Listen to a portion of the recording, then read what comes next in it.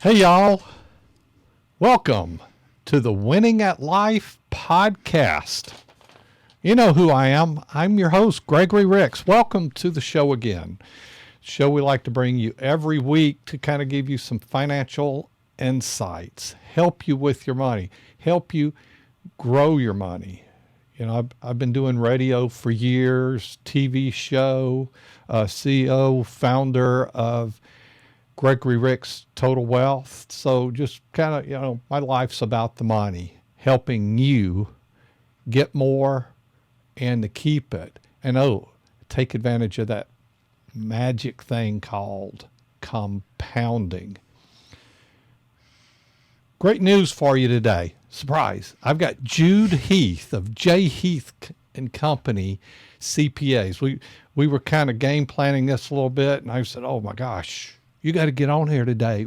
This is some great stuff. We're going to share with you as well. So we'll have him along in just a moment. A lot of great content for you. Just want to give a shout out to our show sponsors, Heath Company CPAs, Mortgage Gumbo with Dwayne Stein, that mortgagegumbo.com, W.J. Blanchard Law, estate planning. People really neglect that, and that's actually part of our firm's process. Mosquito Joe, neworleans.mosquitojoe.com. I'm sharing that week because I hate mosquitoes. I just need all my neighbors to be utilizing them too. Spitali's Deli, great catering over there. Oh, great lunch place too. Awesome. JJ Audio and Video.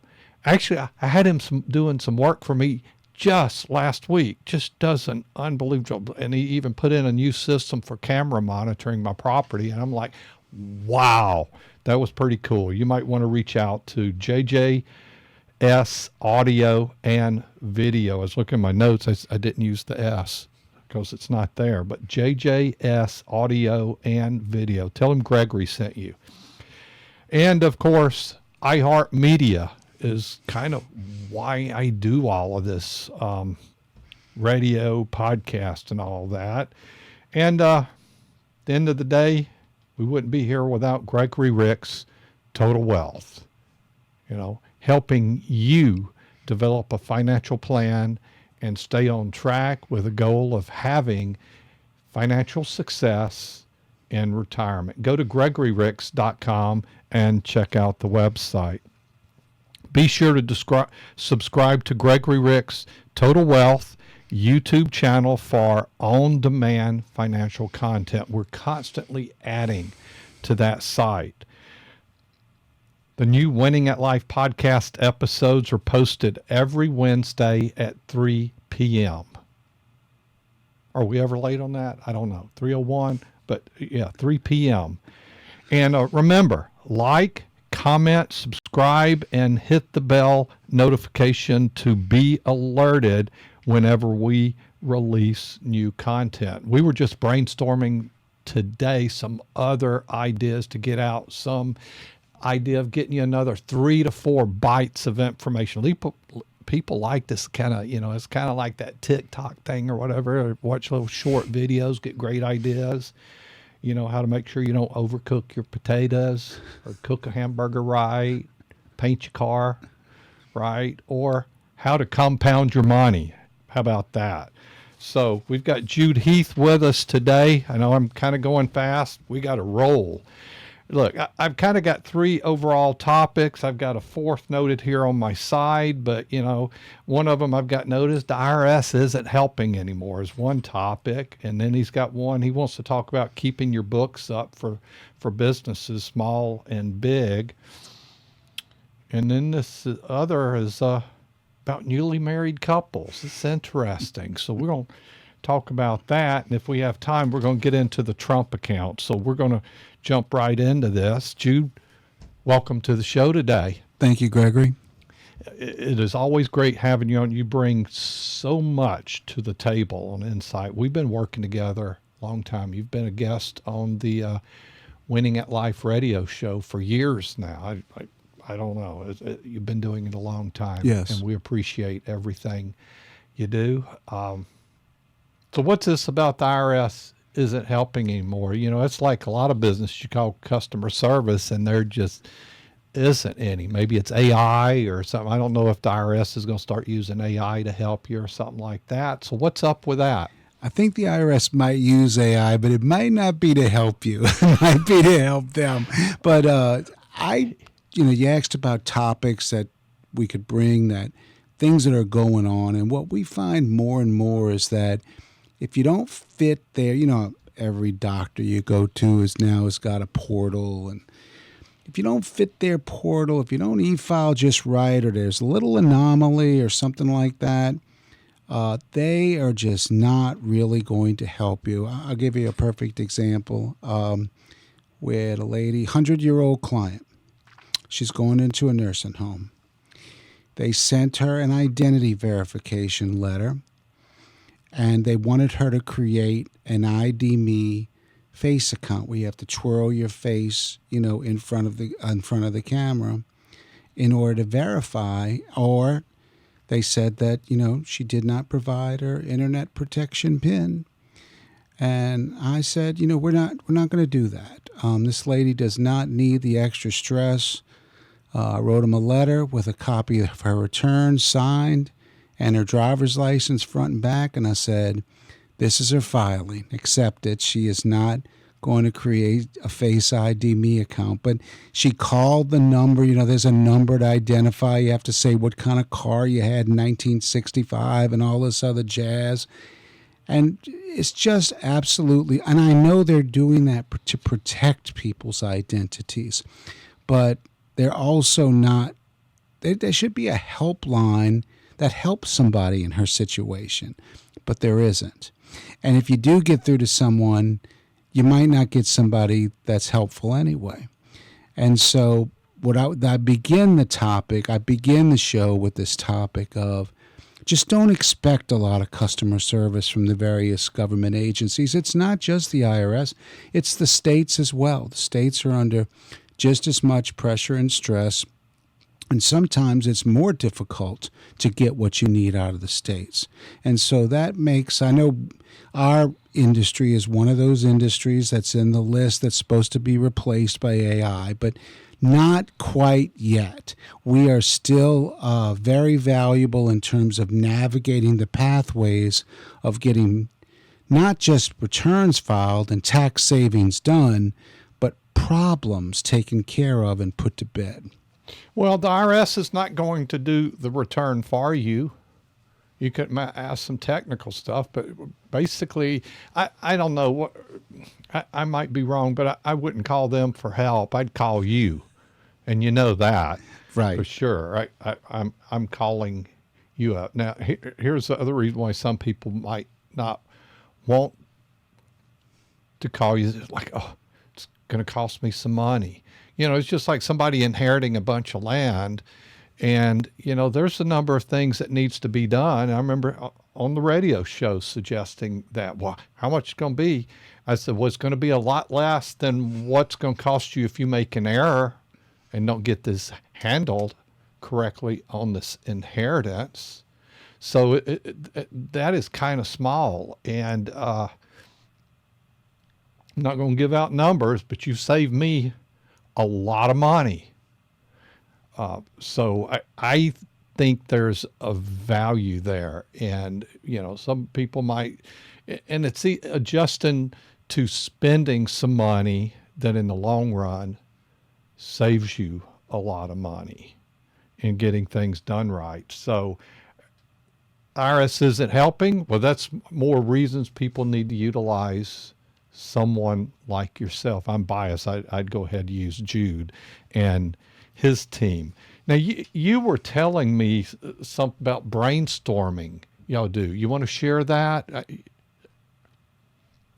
That you and the team, there was something you shared about you and the team. Oh, we were talking actually about future show topics, and we were talking about how we get various tax loose leaf services into the office or newsletters or whatnot, and we print them, share them, talk about them. My team, I want them to be cocktail conversational on tax topics.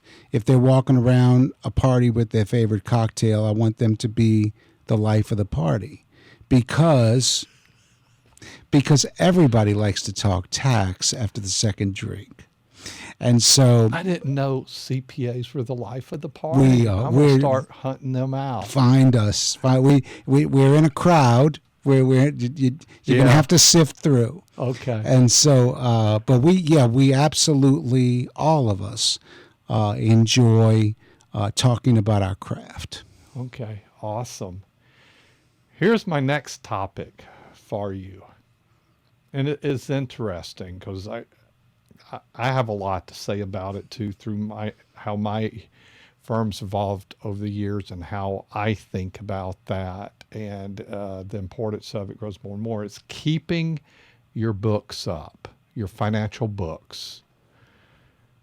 And I was asking you for some tips, and you started out, well, first thing, you need to record your swipes. And I didn't even connect what that was, but I'm going to let you start.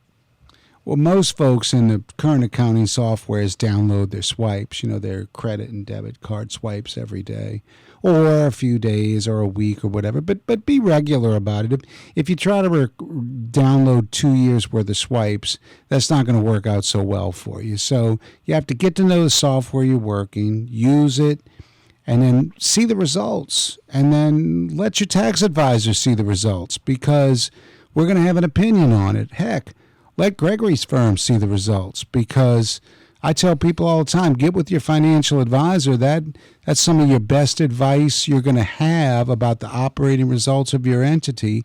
I'm sure if you saw some of your clients' operating results, you could help them and help them make some good decisions. Yeah, I all that is so important. There's, keeping your books up, and there's a number of things. One of the things you and I've talked about in the past is my cash report, and I get it every Thursday afternoon. And while we were doing prep for this podcast, all of a sudden got noticed that my cash report came over, and I paused for a moment, took a look at it. Next thing you know, Jude, you saw me making a phone call. Yeah, there was something missing. There was a line item that has never been at zero in 20 years. And I'm like, where is this at?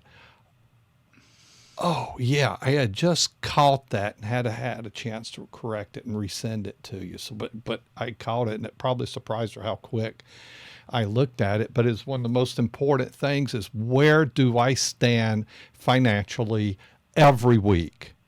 And I share this idea. I got it from the owner of the Dallas Cowboys, Jerry Jones, after he spent all of his money from selling his oil business back in the day, bought the Dallas Cowboys, and it created a lot of debt for him back then. And he was telling a story about he carries a piece of paper in his pocket that's given to him by his accountant daily of where he stands. I'd say the dude's in pretty good shape with the value of that team and all. And I was reading about his oil businesses and all not long ago. He's doing really good. I don't think there's a cash flow problem, but what he probably still does is he knows where he stands every day. I know where I stand every week in my business. So part of that is keeping up with the records. I couldn't have a weekly cash report if we weren't taking care of our swipes, the inflow, the outflow, the expenditures, what's coming in every day. I think all those things are really important to keep up with.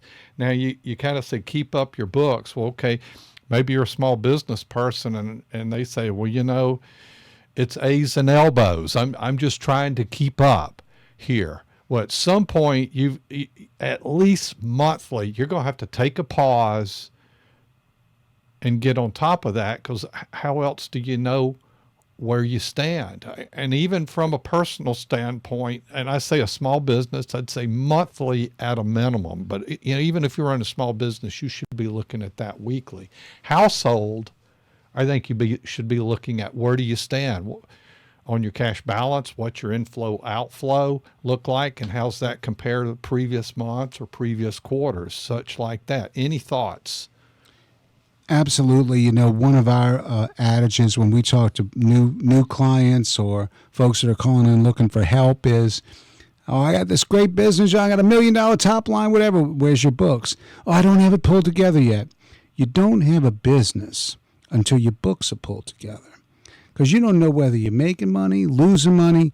The amount of cash in your checking account is not an indicator of what your profitability is, because people can have personal expenses running through there, or they can be commingling funds that we have to separate out.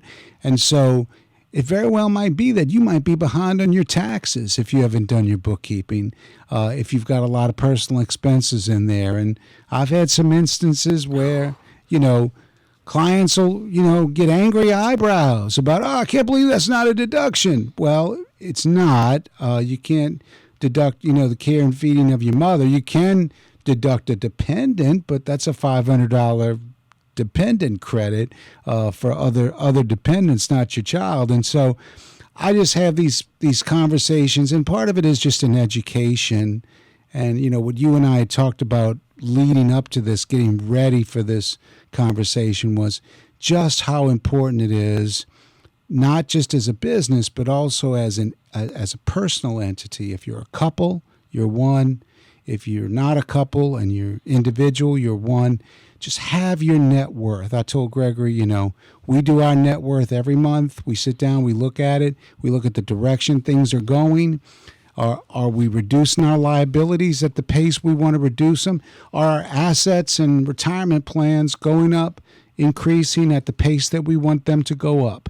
And if not, then we know we need to put some emphasis and some elbow grease into moving those lines. So as owners of the business, you and your wife, you kind of have a meeting. I don't know, do you do it over dinner, or is it over a glass of wine? Does that help? Because it could get intense at times. I'll tell you, Stacy and I have some discussions, and she's the chief financial officer of our companies, and we have a few of them. Mainly, the monster is Gregory Ricks Total Wealth, the most important one there. And that's where she was kind of asking me some questions, because she knows I'm that idea guy, and next thing you know, I'm shifting radio spots, TV spots, or hey, I want to start doing this, or I want to put on this event, something for the Champions Network and so forth. And then she's like, well, where's that on the budget? You've made some changes and you've shifted some money. So, where are you at? I said, I think we're good on that, but I'll tell you what, I'll get back to you tomorrow on that. I'll find out where I'm at. And actually the next day she came to me, she says, I think you're okay, because she went asking the questions to the team and looked at where we move stuff. And then there's a couple events I decided to put on that wasn't, it was partially budgeted for two different reasons, but we're using it, and I'm a little bit short, but she said, it's going to come out fine for you. Mm-hmm. I'm like, okay, I'm going to be okay then. So from that standpoint, so back to your net worth meetings. So that's a formal meeting. Y'all do it over dinner, or is just kind of a set day it's and time? It's a glass of wine. And, to your point, the more intense, the better. Nothing happens. My wife, I'm sure like your wife, we're in business together, and she's the thermometer. Nothing happens unless something heats up. And so, we've got to put some energy into this. And she, like Stacy, she drills down to get to the root. Those ladies are not pie in the sky. And so you and I might be off in another hemisphere planning some terrific event. And long as we stay, as she said, under budget or in budget, everything's going to work out just fine. And so we're a lot like y'all. We have our regular meetings. We develop a consensus. But no, absolutely, she drives the ship. And I'll tell you, on the adhering to the budget is a new thing for me this year as well, because it's kind of became strict let's say, I guess there's some wiggle room because there's some ebb and flow to it, but she wants it adhered to, so I don't go off on some tangent or something. Because sometimes you'll like, yeah, Gregory, you're scaring me out there with some of my ideas. But we've grown a pretty good bit over the only years. thing that we always live by: if you don't tell your money where to go, you're going to wonder where it went. Well, just for the viewers of the podcast, I use a few accounting firms, and then we hired one this month to go over our monthly budget, look at business compared to previous years. They're looking at a lot of metrics and stuff because they do this in the financial services industry, and they've brought a lot of insight to where I hadn't quite looked at things like that. And then sometimes they annoy the crap out of me, which is a good thing because you get called down on something, is kind of like, okay, well, I'm learning a good bit from this. And on another one of our businesses, your firm helped us tremendously over the past year. So I appreciate that, the insight that you bring. But I like that net worth meeting. But we get those reports. And then what this other firm, sometimes that's kind of tough. And they even notice me sometimes in the meeting, say, yeah, Gregory's looking kind of aggravated. I said, yeah, I'm a little bit annoyed by this. It's kind of some tough questions, and it's just, which means something's not going right. But this is all good because at the end of the day, what do we want our cash report doing? Increasing, whether it's a business or it's your household. I want it improving. If we have a setback, it should be an objective that because we're having a setback, that means we're going to be able to get it better in the future. And we always say numbers that aren't tracked don't improve. If you don't track your numbers, they don't improve.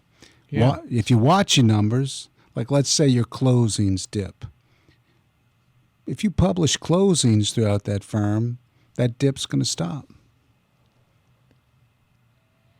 You owe it to your spouse, your family, your employees, and your customers to do this. Why? It will keep you in the know of what's going on so you can continue to be successful and be around. Well, we talked about that also, before the show, was the concept of what's your potential. Define your potential. I know you've defined your potential, and I have too. And let it be out there. Yet let it be a nice, comfortable reach for you. And really, you do owe your spouse, you owe your family, you owe yourself your potential. What are you capable of? Yeah, and I've done some thinking time lately, but I tell you what, I think I've come up with some ideas. It's just kind of some of the areas that we're not good at that we're going to get better at. That's kind of like, I just, and I got to thinking back, I kind of ignored this 10 years ago. I thought we're going to be a better business, which means take care of families even better in the future. Some of the little things that we weren't looking. Real quick here, we only have a few minutes left in the show. I wanted to touch on a couple of points for newly married couples. And I think it's very important they get on the right foot. And I think probably a common thing, and you might see that, is they probably don't communicate, I'll say well enough, good enough, or don't communicate at all on finances. And they need to get on the same page before they walk down the aisle. Absolutely. And so we talked about that, is having a meeting of the minds, and it's not just one meeting, having conversations before marriage. This is what is important to me. This is where I'm going. This is where I'm headed. What's important to you? Where do you want to go? Where are you headed? And I usually tell, the guys in the relationship, defer to her will. there's a pretty good chance she's going to live longer than you. It's her money, not yours. And just, usually it works out better for you financially. The combined decision that y'all will make is usually the one she will guide you to. And that's really the crux, I think. They say most marriages end because of money problems. Well, if you're talking about money and you're steering your marriage money and your money marriage throughout the ups and downs of life, yeah, you're going to have some problems, but you're going to take them on together. That is some great advice. I just think there's more communication, and I've had it with married couples about the control and the sharing, and it should be something that's comfortable, and you shouldn't move forward without being on the same page. Even if your wife might say, well, you scare me, like Stacy does me at times, but she totally knows everything about everything and where it's all at.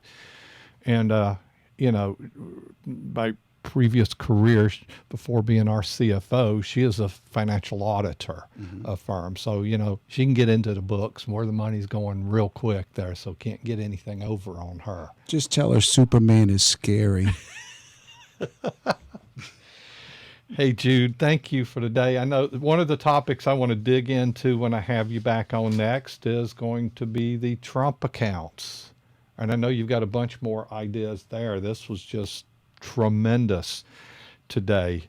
So once again, visit our website, which would be GregoryRicks.com, to check out our upcoming events. So we'll have some educational events scheduled, as well as we're rolling out webinars. Chris tells me that's happening for sure. So we've got that going on for us right now as well. So reach out to the firm if you're looking for some help. Just think about getting some help, just like reaching out to Jude's firm. Start looking for some help. Even though you might not be ready for him to do your tax return, you probably should start discussions. You might not be ready to retire, but you need to start planning for it and getting some help. The office number at Gregory Ricks Total Wealth is 504-832-9200. No matter if you're looking for a webinar, an office visit, just to schedule a call, reach out. Email is info@gregoryricks.com. And of course, the website is gregoryricks.com. I'm going to give you that number again, 504-832-9200. We offer in-person meetings and virtual visits. We make it easy for you. Be sure to subscribe to our YouTube channel as well for more financial content. Thanks for watching, and see us next week here on Wednesday at 3 p.m. Y'all take care.